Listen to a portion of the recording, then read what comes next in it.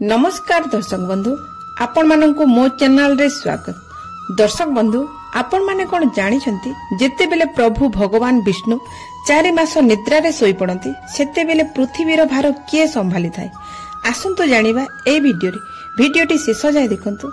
Channel रे जदी नुआ थिबे ताहेले सब्सक्राइब करि देबे आ कमेंट रे जय श्री कृष्ण लिखि देबे। तो दर्शक बंधु, जेते बेले प्रभु भगवान विष्णु 4 मास पई सोई पड़ंती सेते बेले एकादशी चली थाए। एकादशी परे गुरु पूर्णिमा पड़ी थाए। सेते बेले गुरुदेव 4 दिन पृथ्वीर भार संभाली थांती। गुरु पूर्णिमा परे श्रावण मास आसी थाए। श्रावण मासरे भगवान शिव शंकर महादेव श्रावण मास जाक पृथ्वीर भार संभाली थांती।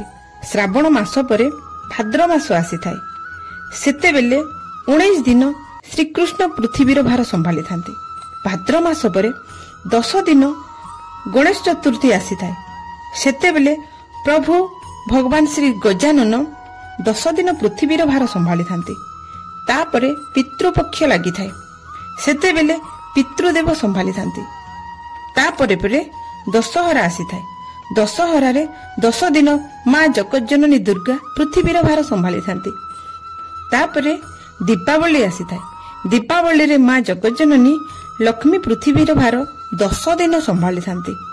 तापरे प्रभु कुबेर देवता 8 दिन पृथ्वीर भार संभाली थांती।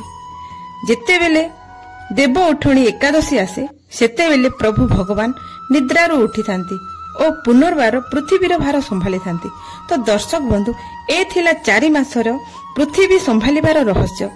वीडियोटी केमिति लागिला लाइक सब्सक्राइब करि देबे, कमेंट जय श्री कृष्ण लिखि देबे।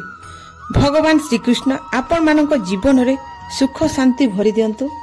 आउ सबु बेले आपणक जीवन रे हस खुशी रो जुआर खेलु थाए।